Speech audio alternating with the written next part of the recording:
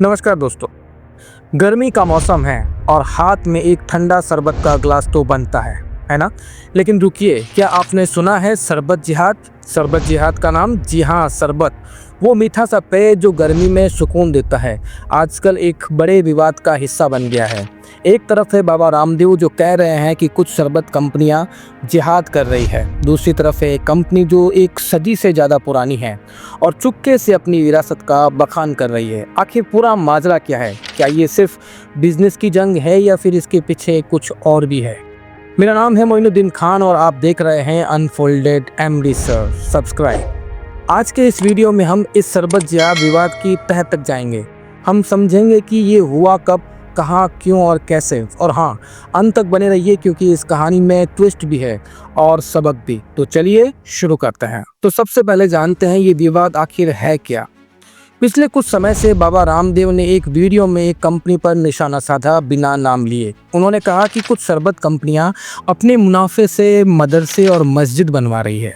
इसे उन्होंने शरबत जिहाद का नाम दिया। आ रही है और गर्मियों में अरे प्यास बुझाने के लिए क्या इस सॉफ्ट ड्रिंक के नाम पर ठंडा मतलब टॉयलेट क्लीनर पीते रहते हैं।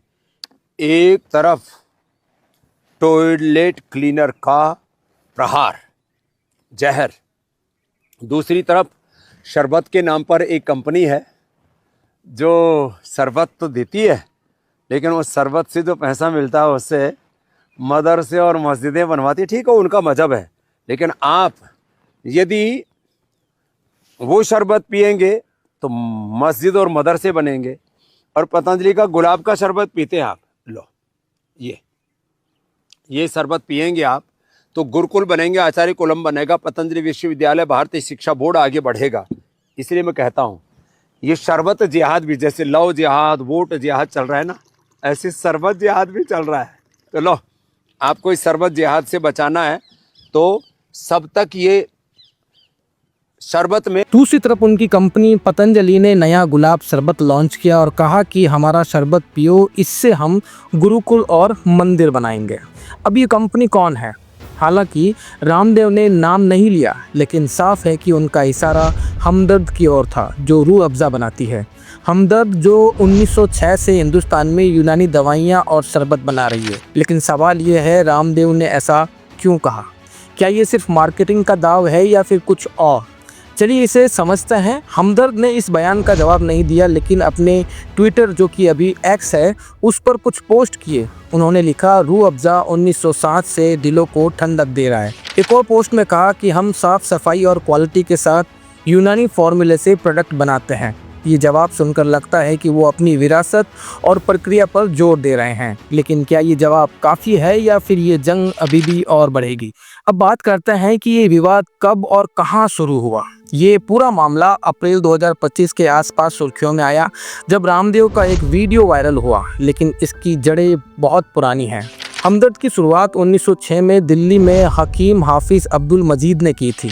उन्होंने यूनानी चिकित्सा को बढ़ावा देने के लिए हमदर्द की नींव रखी और 1907 में रूह अफ़ज़ा लॉन्च हुआ। दूसरी तरफ पतंजलि सन 2000 में बनी, जब बाबा रामदेव और आचार्य बालकृष्णन ने आयुर्वेद को प्रमोट करने के लिए ये बीड़ा उठाया।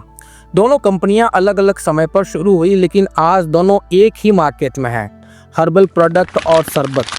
और यहीं से टकराव शुरू होता है। दिल्ली से शुरू हुआ ये हमदर्द का सफ़र आज पूरे भारत में फैल चुका है और पतंजलि वो भी हर घर में पहुंच ही चुकी है। लेकिन सवाल ये है, क्या ये टकराव सिर्फ शरबत की बोतलों तक सीमित है या इसके पीछे कुछ और भी है? अब आते हैं सबसे बड़े सवाल पर, ये विवाद क्यों और कैसे हुआ। इसकी पहली वजह बिजनेस राइवलरी। हमदर्द का रूह अफ़ज़ा दशकों से मार्केट लीडर है। पतंजलि का नया गुलाब शरबत इस मार्केट में अपनी जगह बनाना चाहता है। रामदेव का बयान शायद एक मार्केटिंग स्ट्रेटजी हो जिससे लोग उनके शरबत की ओर आकर्षित हो, लेकिन क्या ये इतना आसान है? इसकी दूसरी बड़ी वजह यह है, यूनानी बनाम आयुर्वेद। हमदर्द की जड़ें यूनानी चिकित्सा में हैं और प्रकृति और हर्बल फार्मूलों पर आधारित है। पतंजलि आयुर्वेद को बढ़ावा देती है। दोनों की अपनी अपनी विरासत है, लेकिन क्या ये विरासतें आपस में टकरा रही है? तीसरी और सबसे बड़ी वजह, वक्फ बनाम नॉट फॉर प्रॉफिट। हमदर्द एक वक्फ है, वक्फ यानी दान, यानी नॉट फॉर प्रॉफिट ट्रस्ट। इसका 85% मुनाफा हेल्थ केयर, स्कूल और सोशल वेलफेयर में जाता है। रामदेव ने भी 2018 में कहा था कि वो पतंजलि को नॉट फॉर प्रॉफिट बनाना चाहते हैं और गुरुकुल, अस्पताल और योगा कैंप चलाना चाहते हैं। लेकिन सवाल यह है कि क्या ये दोनों मॉडल एक ही रास्ते पर चल सकते हैं या फिर ये टकराव तय था? और कैसे हुआ ये विवाद? रामदेव ने सरबत जिहाद जैसी भड़काऊ शब्द का इस्तेमाल किया जिसने सोशल मीडिया पर हंगामा मचा दिया। लोग दो खेमे में बैठ गए, कुछ ने रूह अफ़ज़ा की बोतलें दिखा के सपोर्ट किया तो कुछ ने रामदेव का साथ दिया। लेकिन हमदर्द ने चुप्पी साधी और अपनी विरासत पर फोकस किया। क्या ये उनकी ताकत थी या कमजोरी? चलिए एक पल रुकिए, क्या आप सोच सकते हैं क्या रामदेव का बयान सही था या सिर्फ मार्केटिंग का हथकंडा? कमेंट में जरूर बताइएगा, क्योंकि आपकी राय इस कहानी का एक बहुत बड़ा हिस्सा है। तो दोस्तों, अब तक हमने देखा कि ये विवाद सिर्फ शरबत की बोतलों का नहीं, ये बिजनेस, विरासत और विश्वास की जंग है। लेकिन इस कहानी से हमें क्या सीख मिलती है? पहली सीख, शब्दों की ताकत। रामदेव का सरबत जिहाद बयान भले ही ध्यान खींचने के लिए था, लेकिन इसने लोगों को बांट दिया। दूसरी तरफ हमदर्द ने अपनी चुप्पी और गरिमा से जवाब दिया। ये हमें सिखाता है कि जवाब देना जरूरी है, लेकिन कैसे देना है वो और भी ज़्यादा जरूरी है। दूसरी सीख, विरासत का महत्व। हमदर्द एक सदी पुरानी लेगेसी और पतंजलि की आयुर्वेदिक क्रांति दोनों ही भारत की कहानी का एक बहुत बड़ा हिस्सा है। लेकिन क्या हमें इन्हें एक दूसरे के खिलाफ खड़ा करना चाहिए? और भविष्य में क्या होगा? क्या ये जंग और बढ़ेगी या फिर दोनों कंपनियां अपने अपने रास्ते पर चलेगी? ये तो वक्त ही बताएगा।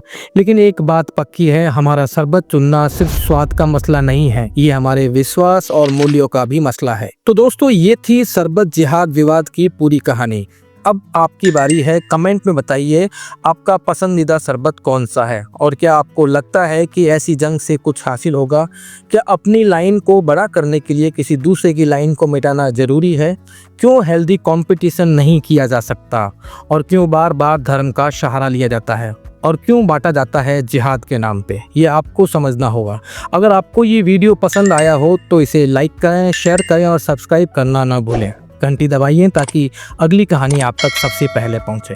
मिलते हैं अगली वीडियो में, तब तक ठंडा ठंडा शरबत पियो, जो मन करे वो पियो और खुश रहो, मस्त रहो। तब तक के लिए धन्यवाद।